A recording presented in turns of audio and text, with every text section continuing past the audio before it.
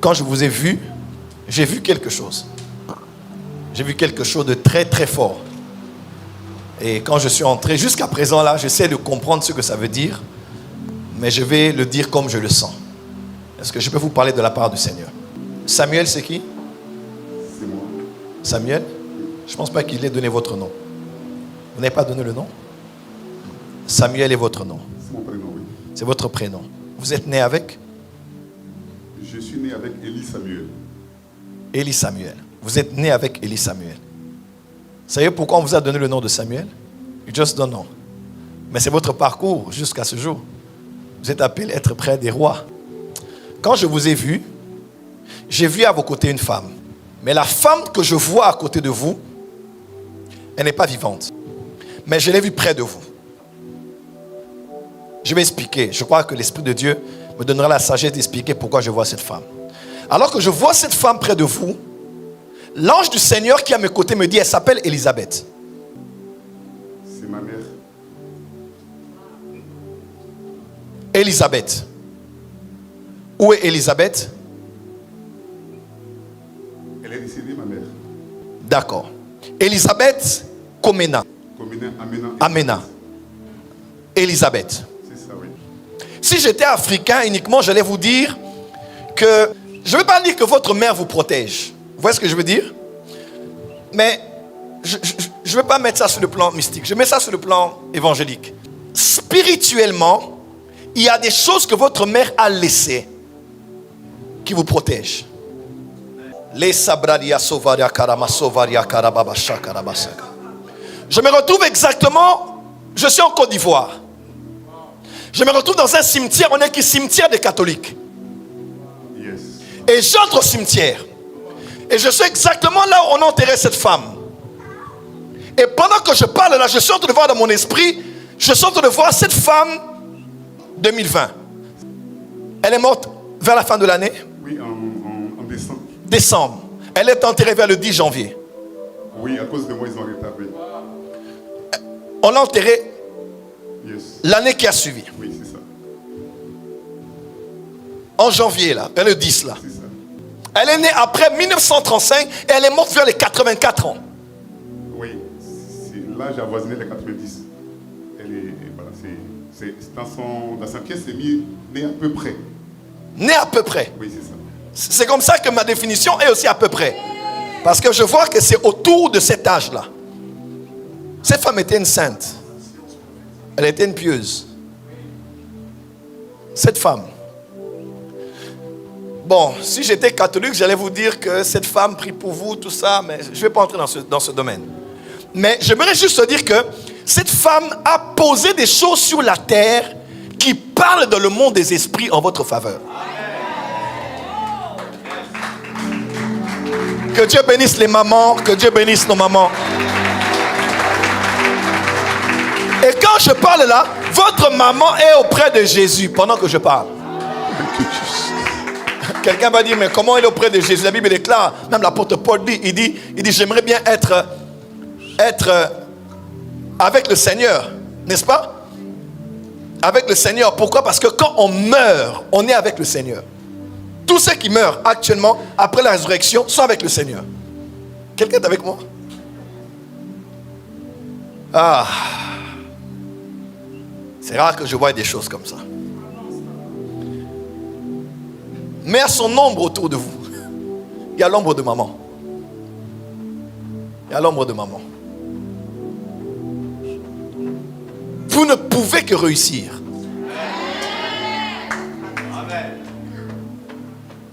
Et à cause de ce que cette femme faisait, elle faisait ça pour... Elle a fait beaucoup de choses durant sa vie. Beaucoup de bonnes choses. Elle était catholique? Oui, elle était très catholique. Très catholique. À sa mort, tous les prêtres ont pleuré, mais j'avais jamais vu ça. Tous les prêtres ont pleuré. Oui, c'est la première fois que je voyais ça. Ne jugez pas les catholiques. Le corps du Christ est au-delà de nos églises charismatiques et évangéliques. C'est au dernier jour, puisque tu n'y es jamais allé dans l'éternité pour revenir nous dire, ne juge pas les gens. Ne jugez pas les gens. Parce que cette femme a fait beau. Je dis, Je vois dans le monde spirituel, elle a fait beaucoup de choses. À des religieuses, aux prêtres, aux églises, à beaucoup de gens, aux pauvres, tout ça. C'est même les mêmes choses que vous avez commencé à faire. Parce que quand je pars, je vous vois en Inde. Je vous vois en Inde vers les années 2010 comme ça, 2010, 11, 12, au début de 2010. Je vous vois à Mumbai. Oh my God. Je vous vois là-bas en train de faire les choses que votre maman faisait. En train de donner aux orphelins, d'aider les gens, de manger avec des gens de basse classe. Parce que c'est l'héritage que maman vous a laissé. Est-ce que je peux commencer à prophétiser? C'est l'héritage que maman, frère. Je dis à quelqu'un ici, faites du bien aux gens. N'attends pas qu'on filme ça, n'attends pas qu'on poste ça, n'attends pas qu'on en parle, n'attends pas qu'on mette ça sur YouTube. Fais du bien aux gens et surtout à ceux qui ne peuvent pas te rendre. Ta récompense sera grande non seulement pour toi, mais aussi pour ceux qui naîtront après toi. Cet homme ne sera jamais pauvre dans sa vie. Lui n'est pas que dans vos histoires des offrandes là. Lui il est dans les histoires des aumônes, des libéralités. Parce que c'est vraiment le cœur que Dieu lui a donné, qu'il a hérité de sa maman. Votre mère était une sainte. Et cette femme est sauvée. Pas par ses œuvres, parce qu'elle croyait réellement en Dieu. Cette femme est auprès du Seigneur.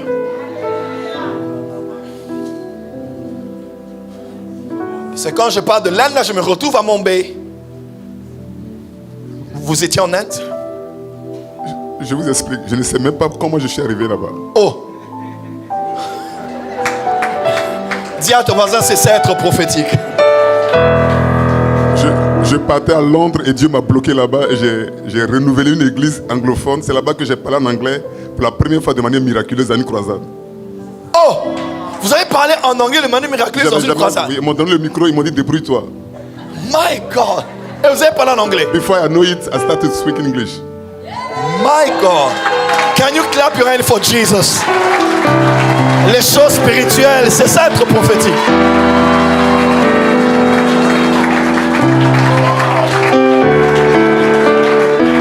Parce que dans mon esprit, je vois un homme de Dieu qui s'appelle comme Tandal. Pressant, pasteur Pressant. Pressante. Yeah, c'était un autre pasteur indien qu'on a trouvé là-bas, dont on est allé aider l'église. Ah, Pressante. Yeah. Oui. Pressant. Et il avait beaucoup d'orphelins. Mandal. Yeah, c'est ça, Mandal, c'est ça. Ah, c'est ça? Oui, c'est ça. C'est un hindou. Il est hindou.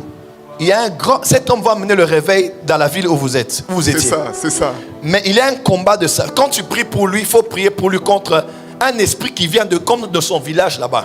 Cet esprit m'a attaqué une nuit. Cet esprit-là, oui. Écoutez le nom du village, c'est comme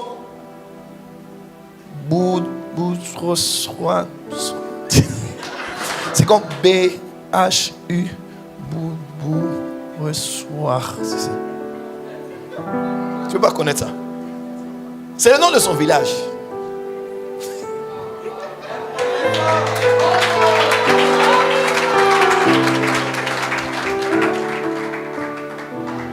La basha bragada basaga. La sabala sobragada basha. Wange.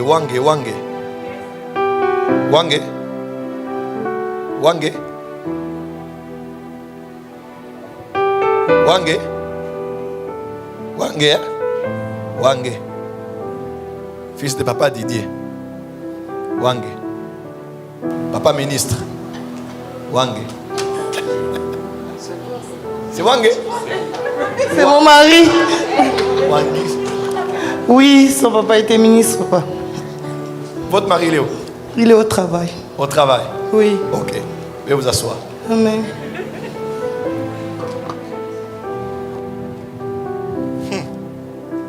Il a vécu dans une avenue là-bas qui s'appelle comme Foua. Fou, hein? C'est la même avenue qui a eu un ambassadeur aussi a vécu là-bas. Un ambassadeur. Bon, aujourd'hui je vais enseigner, mais demain, il Nzambe. Non, je vous dis, si on va commencer là, c'est compliqué. Je ne vais plus enseigner. Moi, j'ai une difficulté. Quand je veux prophétiser, des fois, c'est compliqué pour que j'enseigne. Dis à ton voisin, demain, ça va être compliqué ici.